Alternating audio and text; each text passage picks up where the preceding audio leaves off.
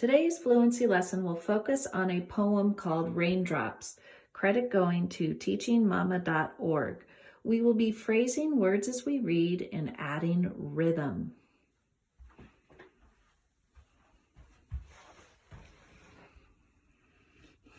Raindrops.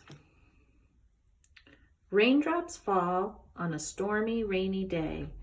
The clouds bring the rain, and the sky's the color gray.